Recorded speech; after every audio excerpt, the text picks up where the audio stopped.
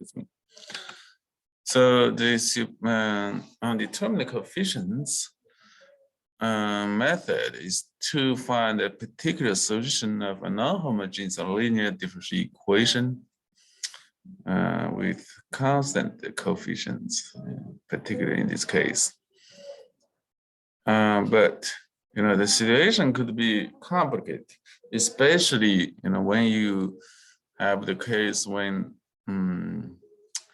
the form on the right side of the equation in standard form has some terms with the general solution of the associated homogeneous equation. So remember, in order to solve a non-homogeneous differential equation, we have to do it in two steps. First, we have to solve the associated homogeneous differential equation. We have to drop the right-hand side and put 0 and solve that. And then we find the general solution for this associated homogeneous equation. And then we have to find the one particular solution to the original non-homogeneous equation. All right. But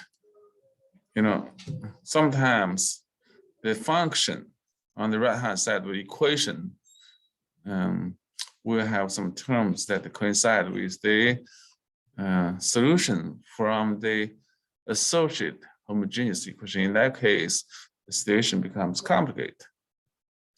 So let's just discuss this a little more details. Okay.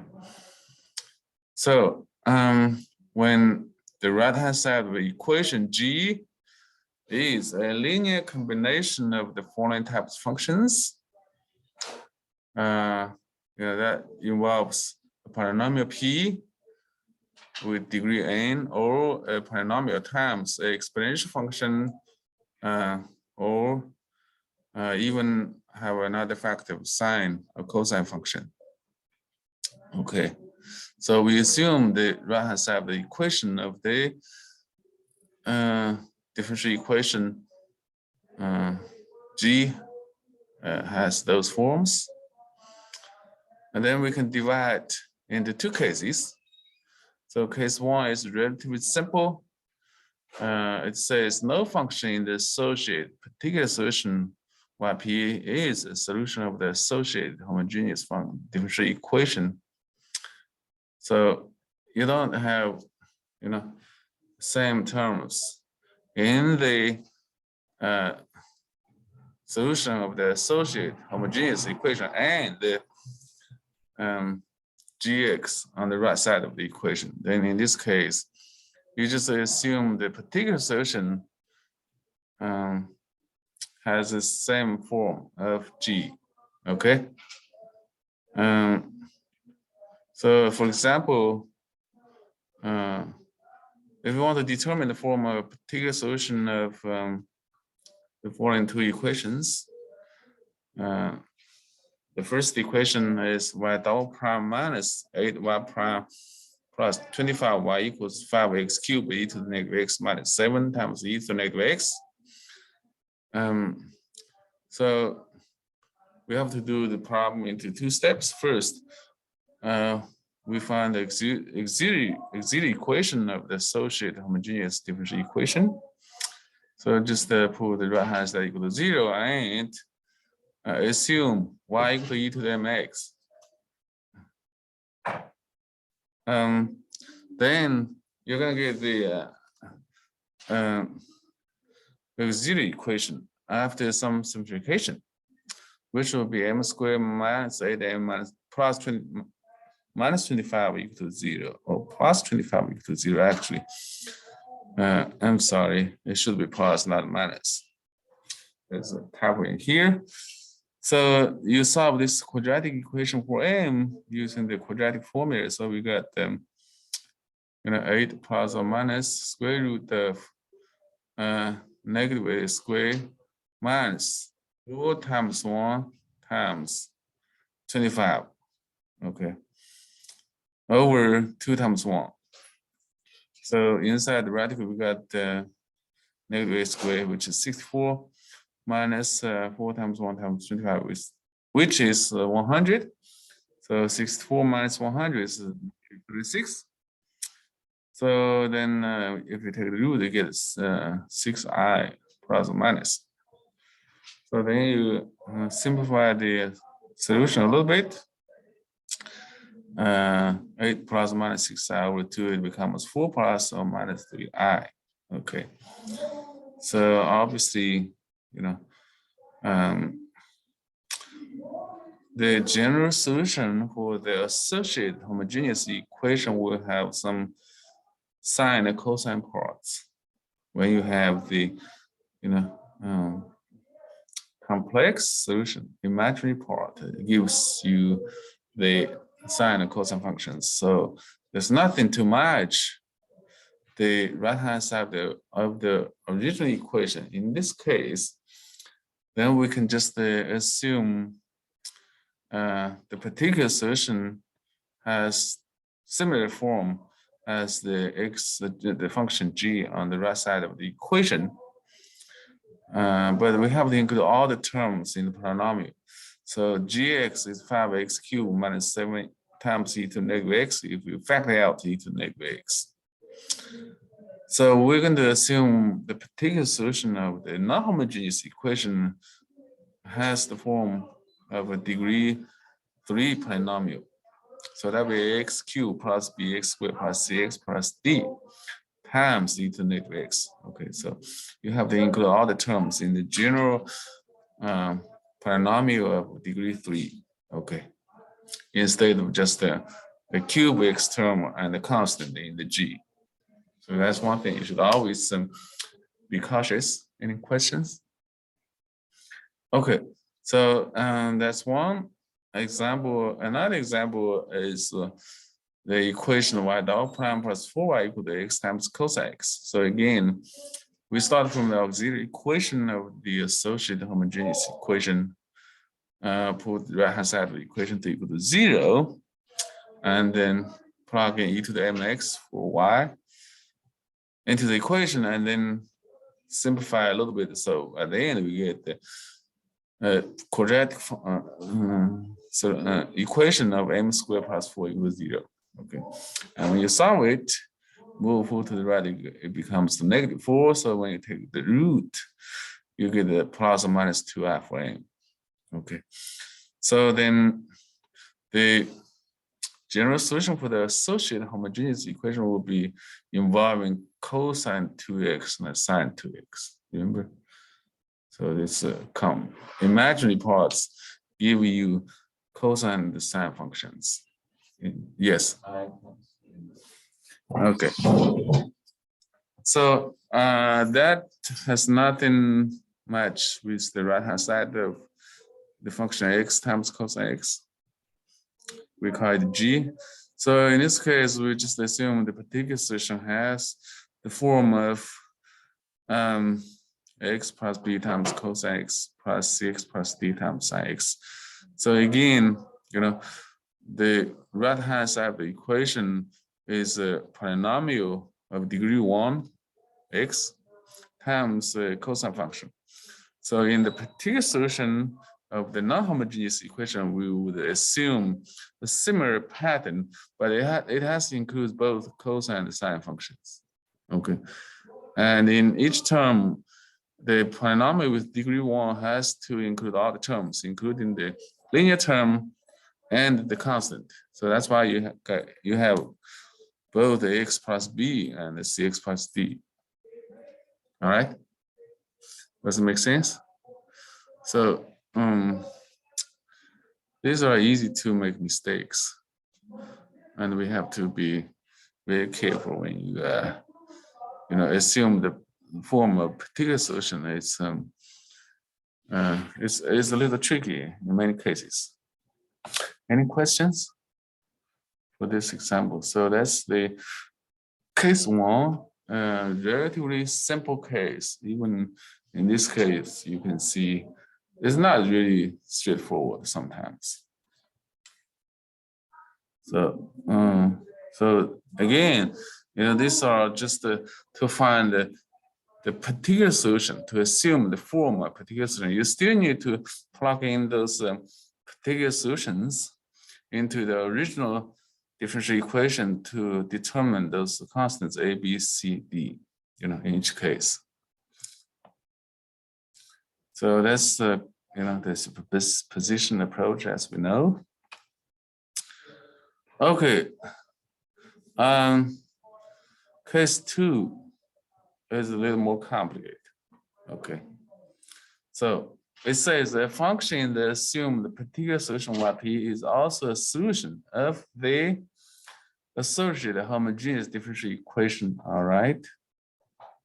So this time, when you try to solve the associated homogeneous equation for the original non-homogeneous equation, differential equation, you get the same form in the solution as some terms in the right-hand side of the differential equation G. Then we have the multiplication rule. Okay. Then we have a little difference or different form of YP, a particular solution. We'll try to find a particular solution for the non-homogeneous equation. We have a little different format or form of YP. So it says if any YPI contains terms that duplicate terms in the solution of the associated homogeneous differential equation, then that YPI must be multiplied by X, and where is the smallest positive integer that eliminates that duplication. So what does it mean? Okay. So you look at the right-hand side of the equation Gx, the original differential equation, and you compare the terms of Gx with the solution of the associated homogeneous equation. And if they have duplications or if they have some same functions, then you have to multiply by X to the n. Okay, a power function with that term, duplicate term. In each of those duplicated terms, you have to multiply such a power function X to the n. And this X to the n could be different from term to term, even in one problem. Okay. Okay, so let's just see one example, see how it works and why it's the case. So we need to determine the form of particular solution of the differential equation y to the fourth derivative plus y to the third derivative equals 1 minus x squared e to the negative x. So again, first you have to find or solve the auxiliary equation of the associated homogeneous differential equation. You put 0 to the right side, you change 0 to the right side, and then plug in e to the mx for y and plug into the equation. And then after simplification, you're going to get the auxiliary equation. And that would be m to the fourth plus m cubed equal to 0. And when you solve it, you just factor m cubed on the left side and put each factor equal to 0. So then you get the m1 equal to -1, okay, and m2 equal to 0. All right. But remember, this m2 equal to 0 is a solution of triple root. This is a triple root. Okay. And that will also affect the form of the particular solution. So now if you look at the right-hand side of the original differential equation, 1 minus x squared e to the negative x, you see what? Okay, you see the root m1 equal to -1 from the auxiliary equation has placed 1. Okay, Okay, that's the auxiliary equation. So M2 equal to 0 has a multiplicity 3, as I just said. So then by the rule in section 4.3, the solution of the associated homogeneous differential equation is C1 e to the negative x. Okay, so that's coming from M1. And C2 e to the 0x plus C3x e to the 0x plus C4 x squared e to the 0x. Okay, you see, these three terms coming from the M2 equal to 0, because it has multiplicity 3, then in the general solution of the associated homogeneous equation, you have to include all terms up to x squared, if you remember that. Okay. Remember? You know, we have to e to the negative 1x. So that only has one term, because this M1 has multiplicity, only one. But M2 equal to 3 has multiplicity 3. So in the general solution of the homogeneous equation, you would include all the terms of, C2 times e to 0x, 3x times e to 0x, plus C4 x squared e to 0x. So e to 0x comes from the M2, but then you have those C2, C3x, C4x squared. Because of the multiplicity is 3, so you have to include all those terms up to x squared. Remember, that's the discussion in 4.3 when we talked about the homogeneous differential equations. So that becomes C1 e to the x plus 2 plus C3x plus C4x squared. Okay, so e to the 0x just 1.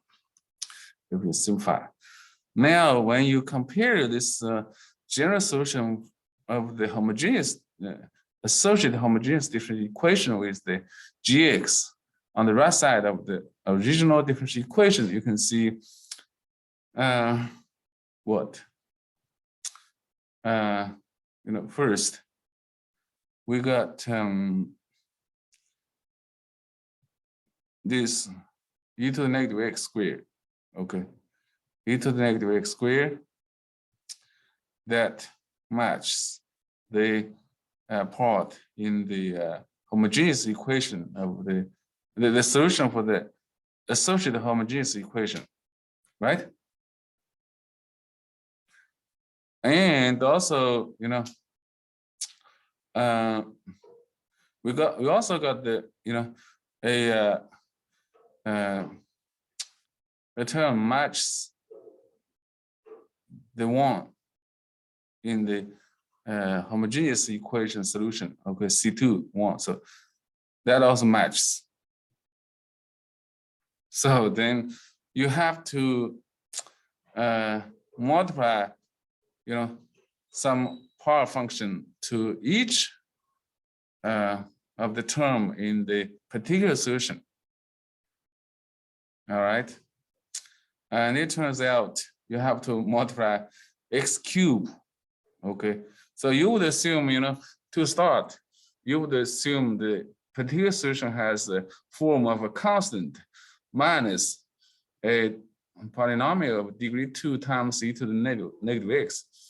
But because of this coincidence in the form of g with the solution of the associated homogeneous differential equation, then you have to multiply a power function to each term. Okay, and in this case, the power function you apply each term will be different. So you would have to multiply the constant, which you assume to start, yp with x cubed, because essentially the the multiplicity of M2 equals 0 is 3. Okay, and then you still need to multiply x, or x to the 1, with the second term of the YP, because you have a coincidence of e to negative x with the solution for the associated homogeneous equation. So at the end, the YP will have the form of x cubed plus bx cubed plus x squared plus dx times e to negative x if you modulate out or distribute x in the second part of this form. So you can see things becomes really complicated. All right. So